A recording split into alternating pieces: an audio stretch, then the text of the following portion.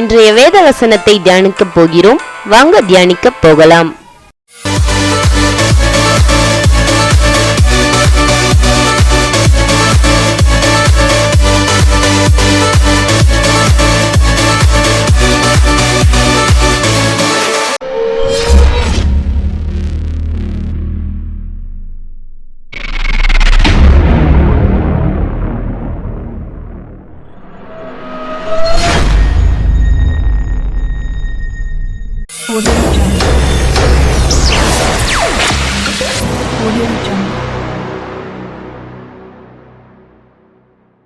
கிறிஸ்துவுக்குள் பிரியமானவர்களே, நமது ஆண்டவராகிய இயேசு கிறிஸ்துவின் நாமத்தினால் உங்களை வாழ்த்துகிறோம். Beloved in Christ, we greet you all in the name of our Lord Jesus Christ. பிலிப்பியருக்கு நிருபம் 1வது அதிகாரம் 26வது வசனம். The book of Philippians chapter 1 verse 26. உங்கள் விசுவாசத்தின் வர்த்தனைக்காகவும் சந்தோஷத்துக்காகவும் நான் பிழைத்து உங்கள் அனைவரோடும் கூட இருப்பேன் என்று அறிந்திருக்கிறேன்.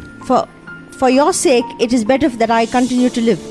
இந்த உலகத்தில் நாம் பிழைத்திருப்பது எதை காட்டுகிறது என்றால், If you ask why are we still living, தேவன் நம்மை குறித்த திட்டங்களின் நோக்கத்தையும் உடையவராய் இருக்கிறார். it shows that God has a plan and purpose for us. அவைகளை நாம் நிறைவேற்றி முடிக்க வேண்டும் என்பதை காட்டுகிறது. And it shows that we should accomplish it. ஆனால் எத்தனை காலம் இவ்வுலகத்தில் வாழப் போகிறோம் என்பதை But how long are we going to live? தீர்மானிக்கும் உரிமையை தேவன் நம்முடைய கரத்தில் தந்துள்ளார். God has given us the decision to take. இன்னும் சில நாட்கள் ஜீவிப்பதா அல்லது மரிப்பதா, இரண்டில் எதையும் தெரிந்து கொள்ளும் உரிமை தனக்கு இருப்பதாக பவுல் கூறுகிறார்.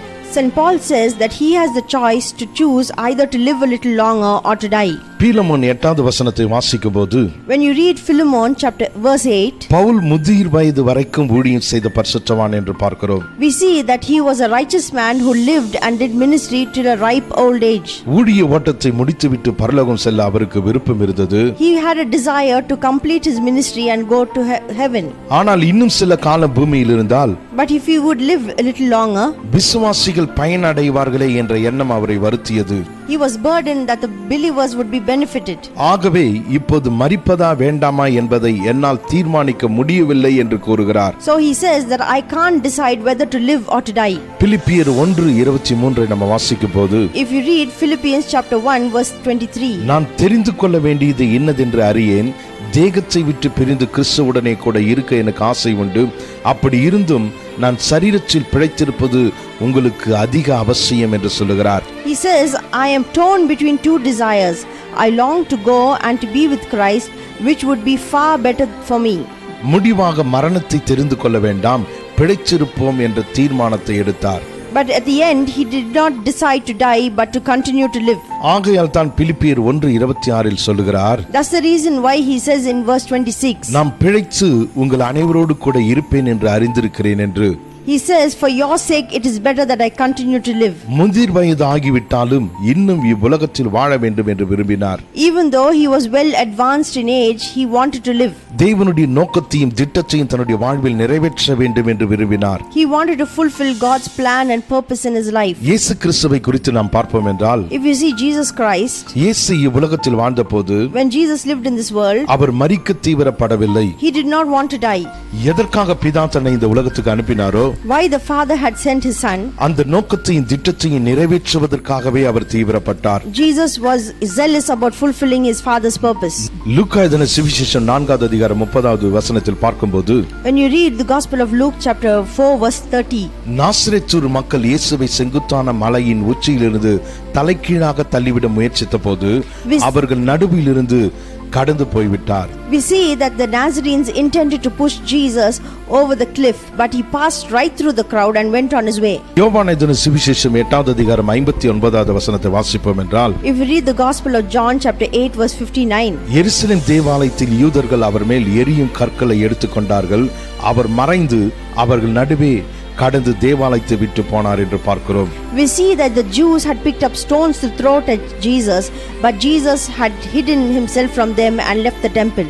கலிலேயா கடலில் சீஷர்களோடு பயணம் செய்த போது, When Jesus was traveling with his disciples on the Sea of Galilee, படகு அமிழ்ந்து போகத்தக்கதாக சுழல் காற்று உண்டாயிற்று. there was a storm and the boat was about to sink. அவரோ எழுந்து காற்றையும் கடலையும் அதட்டி ஜீவனை தெரிந்து கொண்டார். But Jesus rebuked the wind and the waves and he chose life. பிதாவானவர் அவருக்கு நியமித்த ஊழியத்தை செய்து முடிக்க இயேசு தீவிரப்பட்டார். Jesus was zealous about accomplishing the ministry that God had for him. அதை செய்து முடித்த பின்பு And after he had accomplished it, யோவான் எழுதின சுவிசேஷம் 17வது அதிகாரம் 4வது வசனத்தில் வாசிக்கிறோம். if you read in the Gospel of John chapter 17 verse 4, நீர் எனக்கு நியமித்த கிரியைகளை செய்து முடித்தேன் என்று முழங்கினார். he says, I have brought glory to you here on earth by completing the work you gave to me to do.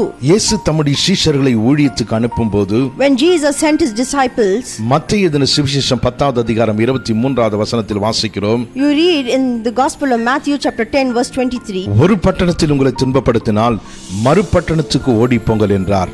he said, when you are persecuted in one town, flee to the next. அவர்கள் சுவிசேஷத்தை அறிவிக்க வேண்டும், They should proclaim the gospel. தேவனுடைய நோக்கத்தையும் திட்டத்தையும் நிறைவேற்ற வேண்டும் என்பதே தேவனுடைய விருப்பம். And it was God's will that they should accomplish his purpose. அவர்களுடைய மரணத்தை இயேசு விரும்பவில்லை. Jesus did not want them to die. அப்போஸ்தலனாகிய பவுலை குறித்து பார்ப்போம் என்றால், If you see about Paul, அப்போஸ்தலர் 28வது அதிகாரம் 5வது வசனத்தில், in Acts chapter 28 verse 5, Melita தீவில் விரியன் பாம்பு ஒன்று பவுலை கவிற்று அந்த விஷப்பூச்சியை தீயில் உதறி போட்டு அவன் தீங்கு அடையாதிருந்தான் என்று வேதத்தில் பார்க்கிறோம். when Paul went to an island called Malta, Paul shook the snake off into the fire and suffered no ill effects. தேவன் தன்னை கொண்டு செய்து முடிக்க திட்டமிட்ட ஊழியங்களை செய்து முடித்த பின்பே அவர் மரிக்க ஆயத்தமானார். He was only prepared to die after he had accomplished the ministry that God had given him. 2 தீமோத்தேயுவின் புத்தகம் 4வது அதிகாரம் 7வது வசனத்தை வாசிப்போம் என்றால், If you read from the book of 2 Timothy chapter 4 verse 7, நல்ல போராட்டத்தை போராடினேன், ஓட்டத்தை முடித்தேன், விசுவாசத்தை காத்துக்கொண்டேன் என்று பவுல் சொல்லுகிறார். here St. Paul says, I have fought a good fight, I have finished the race and I have kept the faith. தேவன் தன்னை குறித்து வைத்த திட்டங்கள் நோக்கத்தை எல்லாவற்றையும் அவர் நிறைவேற்றி முடிக்கும் வரைக்கும் Here till Paul had finished the race, அவர் ஜீவனை தெரிந்து கொண்டார். he chose life. அவர் மரணத்தை தெரிந்து கொள்ளவில்லை. He did not choose death. Eden தோட்டத்தை பார்ப்போம் என்றால், If you see the Garden of Eden, Eden தோட்டத்தில் 2 விருட்சங்கள் நாட்டப்பட்டு இருந்தன. there were 2 trees that were planted in the Garden of Eden. ஒன்று ஜீவ விருட்சம், One was the tree of life, அடுத்தது நன்மை தீமை அறியத்தக்கதான விருட்சம். and the other tree was the knowledge of good and evil. இந்த நன்மை தீமை அறியத்தக்கதான விருட்சத்தை The tree of the knowledge of good and evil மரண விருட்சம் என்று கூறலாம். can be called the tree of death. இவ்விருட்சத்தின் கனி மரணத்தை உண்டாக்கும் என்று தேவன் கூறினார். God had said the fruit of this tree would cause death. ஆதியாகமத்தின் புத்தகம் 2வது அதிகாரம் 17வது வசனம், If you read Genesis chapter 2 verse 17, நன்மை தீமை அறியத்தக்கதாக விருட்சத்தின் கனியை புசிக்கிற நாளில் சாகவே சாவாய். you must not eat of the tree of the knowledge of good and evil, for when you eat of it, you will surely die. ஜீவனையும் மரணத்தையும் தேவன் ஆதாமுக்கு முன்பாக வைத்திருந்தார். God had life and death in front of Adam. ஜீவ விருட்சத்தின் கனியை புசித்து நீண்ட நாள் வாழ்வதோ, Either to eat the tree of life and live, அல்லது மரணத்தின் விருட்சத்தின் கனியை புசித்து சீக்கிரத்தில் மரிப்பதோ, or to eat the tree of death and die. இவ்விரண்டில் ஒன்றை தெரிந்து கொள்ள உரிமை ஆதாமுக்கு கொடுக்கப்பட்டிருந்தது. Adam had the right to choose. ஆதாம் நீண்ட நாள் வாழ்வதே தேவனுடைய மாறாத விருப்பம். It was God's unchanging desire that Adam should choose life.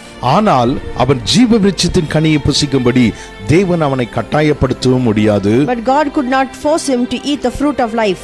மரண விருட்சத்தின் கனியை புசிக்காமல் இருக்கும்படி அவனை தடுக்கவும் முடியாது. And God could not stop him from eating the tree of death. ஏனென்றால் மனிதனை தேவன் தெரிந்து கொள்ளும் உரிமையோடு உருவாக்கி இருக்கிறார். It is because God has created man and given him the choice to choose. இது மனிதனுக்கு அளிக்கப்பட்ட மிகப்பெரிய ஈவு.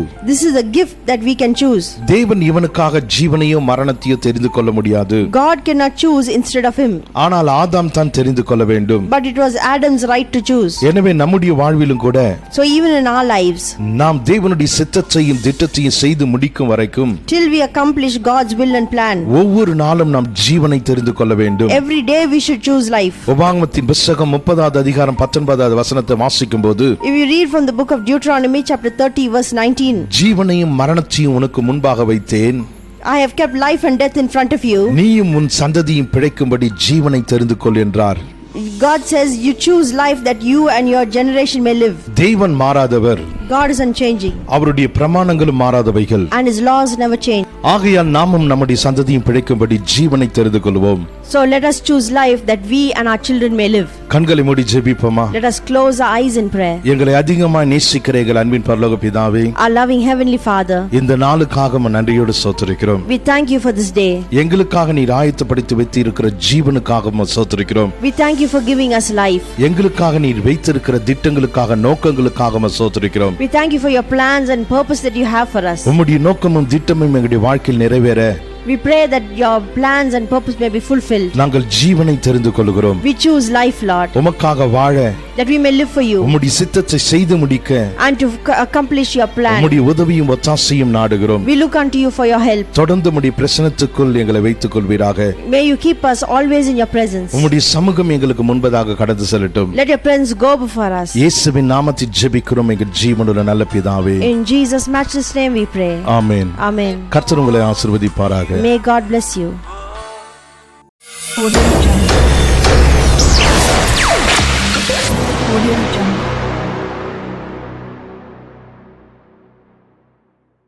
வணக்கம் நண்பர்களே, தமிழ் டாப் செய்யார் யூடியூப் சேனல் மூலமாக உங்களை சந்திப்பதில் மகிழ்ச்சி அடைகிறேன்.